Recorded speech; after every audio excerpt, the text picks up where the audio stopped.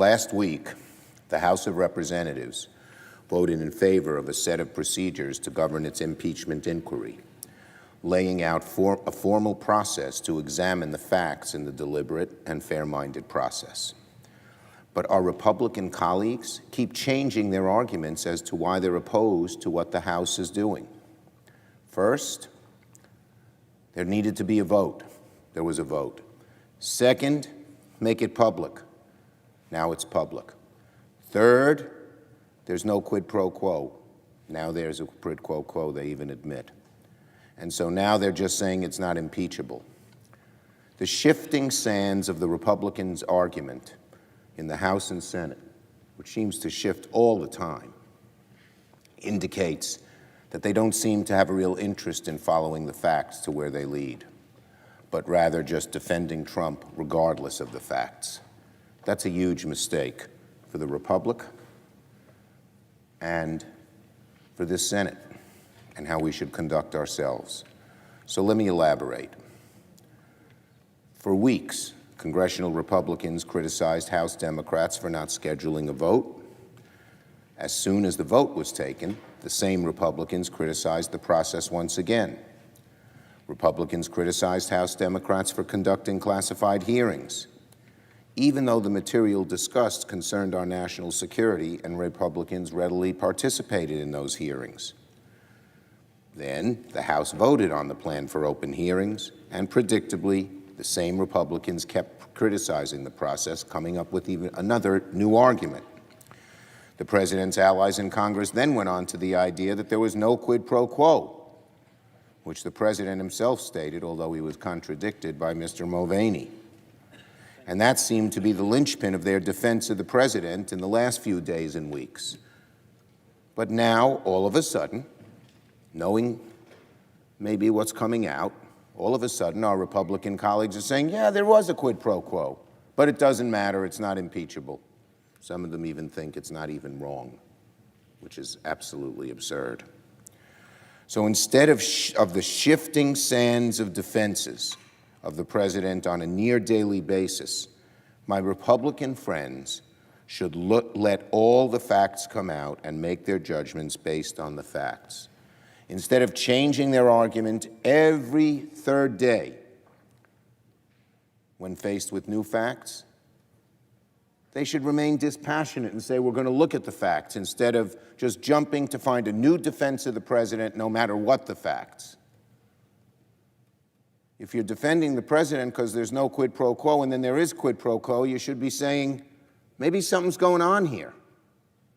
But no, a new argument pops up. The investigation is not yet complete. Jumping to conclusions before all the facts come out is misguided, it's unbefitting of a senator's role as judge and juror of a potential impeachment case. Now, last night, the president held a political rally in Kentucky with several Republican elected officials, including the junior senator from Kentucky, who publicly and explicitly urged the media to disclose the identity of the federal whistleblower. The president, of course, quickly praised the senator's idea. I cannot stress just how wrong this is. We have federal whistleblower laws designed to protect the identity and safety of patriotic Americans who come forward to stand up for the Constitution. There are members on the other side of the aisle, including senior members and chairs of committees, who have spent their entire careers defending whistleblowers and the laws that protect them and their families. Well, where are they now? I was pleased to hear that my colleague, Senator Thune, spoke out and said whistleblowers must be protected.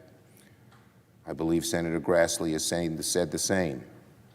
They're both right, but there should be bipartisan outrage at the public attempts by the president and a member of this body to expose the identity of a federal whistleblower. You don't get to determine when our whistleblower laws apply and when they don't, whether you like what the whistleblower said or whether you don't. They are laws. This whistleblower, whose complaint was deemed credible in an urgent matter by a Trump appointee, is protected by these statutes. Every single member of this body should stand up and say that it is wrong to disclose his or her identity. Our rhetoric can sometimes be overheated. But I'm appalled by these developments. There's no other word for it. We're in a moment of history when Republicans, over only a few weeks, have shifted from saying that no laws were broken to saying that laws were broken, but it's not impeachable, to outright advocating that laws be broken. Where is the internal gyroscope, the clock of decency and honor on the other side? They're twisting themselves in contradictory pretzels to defend this president is going to bounds that we have rarely seen in this body with any party, with any president. I don't understand what sort of effect President Trump has on them. People of integrity and some degree of strength just fold whenever he says something, twist their arguments, change their arguments, do 180-degree hairpins about their arguments, all because they're afraid of telling truth to power, the truth to this president who never likes to hear it.